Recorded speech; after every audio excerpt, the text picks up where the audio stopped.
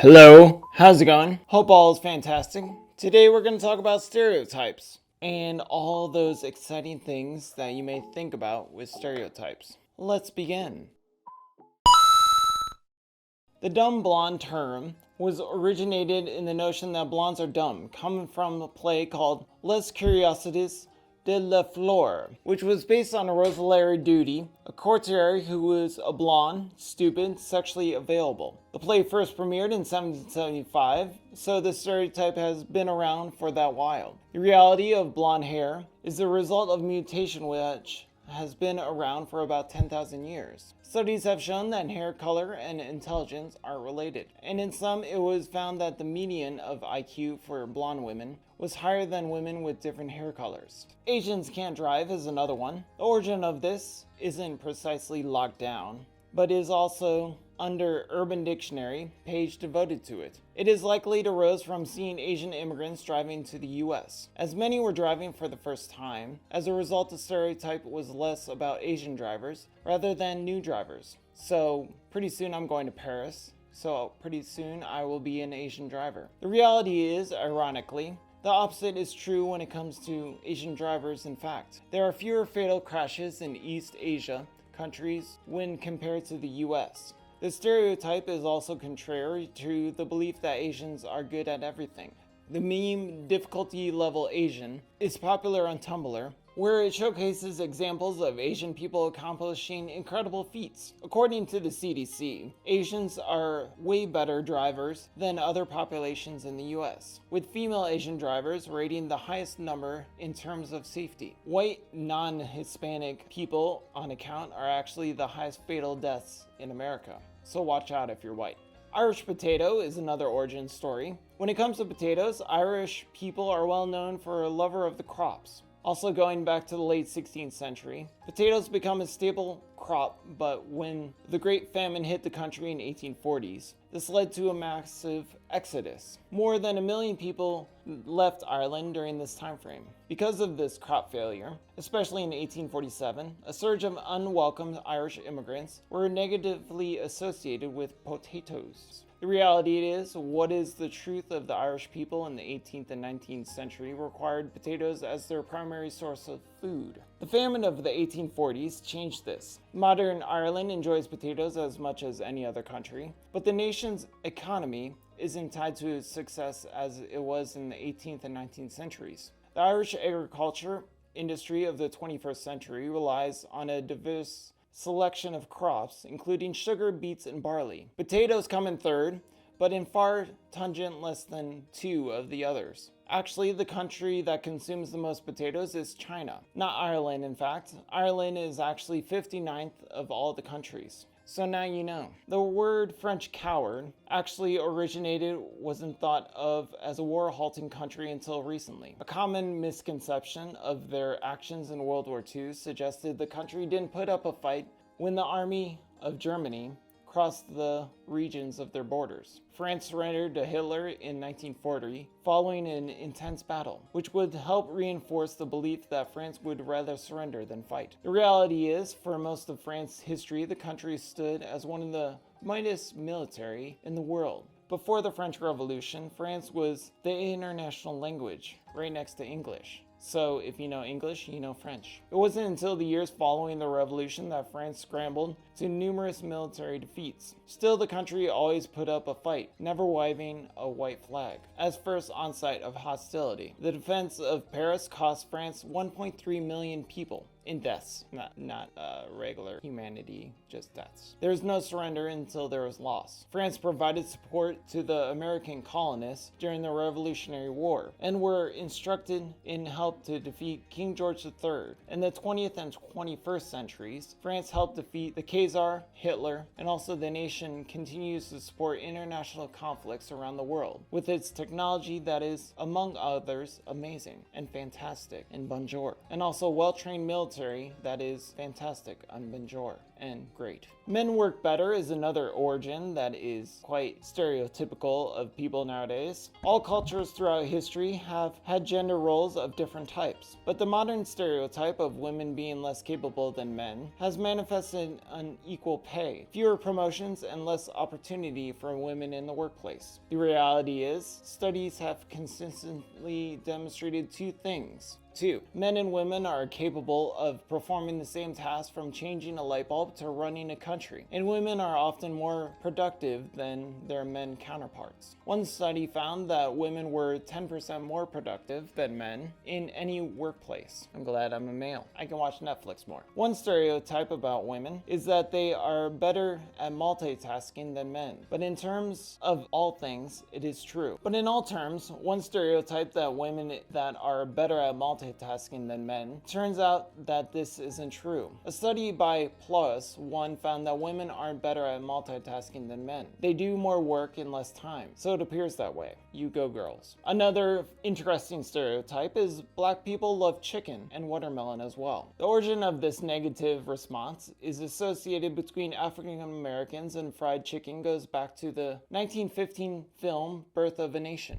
Claire Schmidt of the University of Missouri wrote on the film's role in a creative negative collection. A group of actors portraying shiftless black elected officials acting rowdy and cruelty in a hall that it was government officials, and one of them was very eating a fried chicken. That image really solidified the way white people thought of black people and fried chicken. In addition to fried chicken, African American have been associated with watermelon as a tradition for slave food. This was reflective in the song The Ice Cream Man from 1916, which was initially titled N-Word, Love of Watermelon. The reality is, everyone loves fried chicken and watermelon. I love watermelon as well. There isn't a racial requirement to enjoying it, which was clear when masses of people of all races flocked to Popeyes fried chicken in 2019. According to the National Chicken Council, African Americans make up 16% of U.S. chicken consumption, while Hispanics are higher with 18%.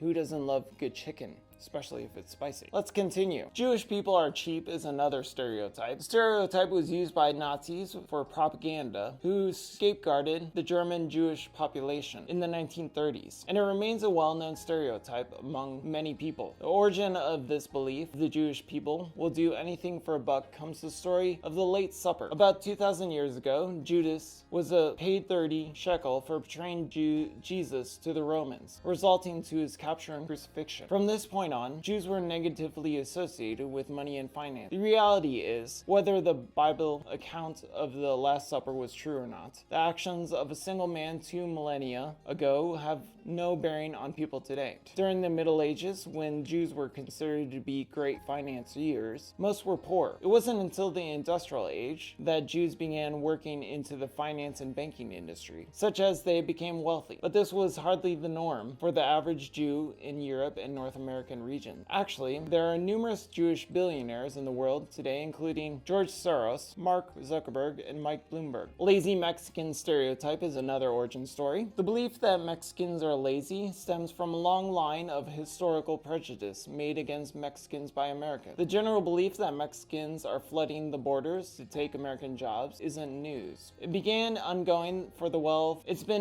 for well over a century. The problem continues, and in 2016, Texas State Board of Education called for textbooks covering Mexican American studies for the state. One sample included texts describing Mexicans are lazy, Mexican Americans as cultural separatists, stubbornly resisting assimilation. The reality is, Mexicans workers are demonstrated as not lazy, mostly hardworking, and even harder than the average American who wants to build a fence for cheap. American Organization to the Organization of Economic Cooperation and Development, an average Mexican worker provided 2,246 hours of labor in 2015. Same year, the average American worked 1,790 hours. The belief that Mexicans are lazy is common in the US, while at the same time the beliefs that Mexicans are taking American jobs exist, effectively canceling out each other. Another origin story was angry black women. Minstrels. During the 19th century period, African American women insisted that they were overly aggressive and angry. angry. They dubbed them as sassy mammies, which were women who defied social norms. This belief was further developed into the term sassphere, which is an insult reference to the dominant and often masculine portrayal of black women. The reality is, black women get angry like everyone else in the world, of course, even myself. Another origin story are Muslims are terrorists. For most part, people who believe this stereotype is because terrorists attacked on 9/11. Those coordinated attacks were conducted by a group of Muslim men who believed that they were doing the will of Allah. Immediately following the attacks in the US turned up to 11, and numerous other attacks followed. The addition of fear-mongering by vocal critics with a soapbox made the problem worse, and the general fear of Muslims people remains common around the world. In reality, the terrorists who carried out 9/11 did so because of their personal beliefs, but their perverted view of Islam doesn't line up to the vast majority of Muslims across the world. Muslims make up around 24% of the global population, which amounts to around 1.8 billion people around the world. Of those, only about 0.00009% of those people believe in terror attacks, justified by their religious beliefs. In fact, the US, more terrorist acts are carried upon white citizens than any other race or ethnicity. Between 1980 and 2005, non-Muslims committed 94% of all terrorist attacks in the US, including 9/11. Another trope of stereotype is rabbits and carrots, which was the work of Bugs Bunny. The carrot and rabbit tag team of a term was not formed until 1940s A Wild Hare, when Bugs was first shown chomping on a carrot. The reason he did so was because, along with physical comedy, Looney Tunes cartoons was devoted to parody and satire of amongst things. When Bugs chewed on a carrot while talking to a nonchalant person, he was mimicking a famous scene from Clark Gable's 1934 movie It Happened One Night, in which Gable was doing the exact same thing. Good job, Bugs Bunny. You copied something. Donuts and cops is another stereotype. When donut shops tended to be only place open at night, as they had to prepare for the mad rush in early morning customers, officers would stop in for a bite to eat into the middle of the night. Also for a cup of coffee for some sugar to keep them going. The sight of a donut shop was often familiarized because they opened at 4 a.m., being patronized almost entirely by cops, and to amuse, a sight to non-exploit a tradition of writing every heroic officer to that type of stereotype. So if you get a donut, you're not a cop. Firehouse and Dalmatians. Back from fire engine days, firemen would race towards burning buildings as house carriages. Firehouse and Dalmatians. Back from fire engine days, firemen would race towards burning buildings as house-drawn carriages. The problem was using horses. When using horses, however, is that thieves would make off with them, taking them and stealing them. To counterfeit this issue, firemen would bring Dalmatians along for the ride after it was observed that Dalmatians and horses got along surprisingly well. The fiercely protective dogs would sleep alongside the horses and bark loud as long as if strangers ever dared come near. Soon enough, the dogs accompanied the horses and firemen everywhere. Good job, Dalmatians. Both on the job and the firemen. Once firehouses got engines and their horses were retired, Dalmatians became fairly less useful for their work, but the image struck in people's minds, linking Dalmatians to firehouses to this day. Most every depiction of firehouses have this dog in a parade, or basically required by law to bring in a couple of them along for the ride. It just wouldn't look right otherwise. Who thinks a red truck with a polka-dotted animal? Mice and cheese is another fun fact of stereotypes. You can blame the whole thing on the fact that refrigerators didn't exist in the 1500s. Back then, food storage as a whole was extremely different. Meat was hung up on hooks, bread was bought on the daily, and very few things were kept in the pantry. Cheese, however, was a very sure thing in the pantry item. This meant that when a mouse went into a hunt for a home, they would find something chewy and delicious, such as cheese. While mice don't really like cheese, they will eat if they can't find anything else. Love cheese. While mice don't really like cheese, anything that they find, they'll eat. Thus, back then, was cheese. How cheesy was that? Thus spreading the popular belief that they live for that stuff. That's not an exciting stereotype, but there you go. Bull in red cape is another form of stereotype. As it turns out, red is not their exclusive color. They love another spectrum of a bunch of other colors on the color wheel. For much of the fight, the matador angles the bull with a cape called a pato, which sports colors like magenta, blue, and gold. Only at the end of the fight, when the bull is ready to die, they draw the red cape, called a mulula. The color change was only for one reason. The bull is about to be stabbed to death, and the red cape helps cover up the blood and gore. Just because the audience paid good money to see the animal cruelty, murder doesn't mean that want to get queasy while it happened. Since the death of bull is meant for a main event, the red cape garners far more attention than other colors. Therefore, fictionalized bullfighters fight with red capes 100% of the time, because bulls hate red stuff, of course, like anything in the world. Another interesting thing is prisoners in black and white stripes. Despite orange jumpsuits today, main prison garb of fun times, the black and white striped uniform is still king as far as cartoon characters of prisoners, toys, games, and Elvis itself. But where the stripes were truly popular are simply something invented because of professional idea creators thought that would look cool. Turns out the stripes were actually real. John Cray, the head warden of Auburn Prison in New York, devised a striped uniform in the 1820s as a way to ensure that escape would be near impossible. Any prisoner who attempted a getaway would be dressed to distinctly that civilians would immediately notice that person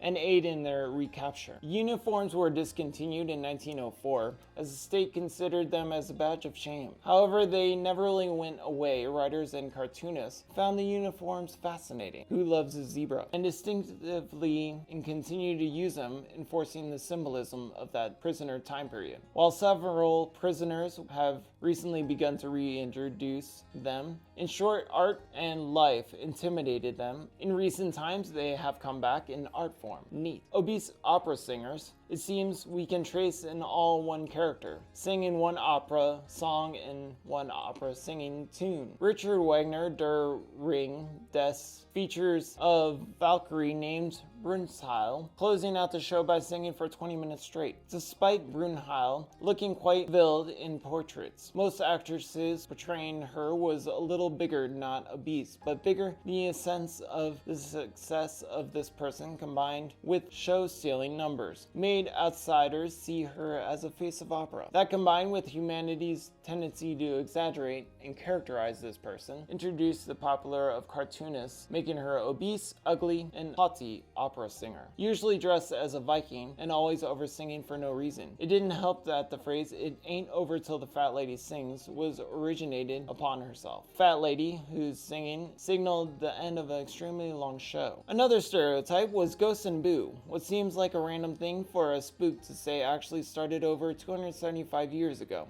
In 1738, a Flamingate Scotch word was published which featured the following verse. Said the Baron, "I will not believe in God, for God is a boo, but I will believe in Christ, for he is sweet. Daddy, and he is so good." Sounds dirty, but we shall continue. Now you may by this see, sirs, that God without Christ is a boo. Boo is a word that used in the north of Scotland to frighten children by crying. No explanation for this exists as to why the Scots decided boo was the perfect scary word, or why that to choose this word would make kids cry. Regardless, boo quickly became the catch-all word for surprising someone in a creepy manner. So when the first ghost stories started about a century later, it made sense for the ghosts to yell boo. And we've been booing ever since, especially at sports games and concerts as well. Sugar, spice, and everything nice? Like ghosts for the word boo, the answer comes from literature, in this case poetry. Robert Southey, a British poet, wrote a piece in 1820 called What Folks Are Made Of. Over 13 verses, Southey explained, what everyone is made of, from babies to sailors to old people. Boys and girls are simply the second and third verses, but they proved to be the most popular, so they've been repeated and everything else was presumed as exciting. So what do you think of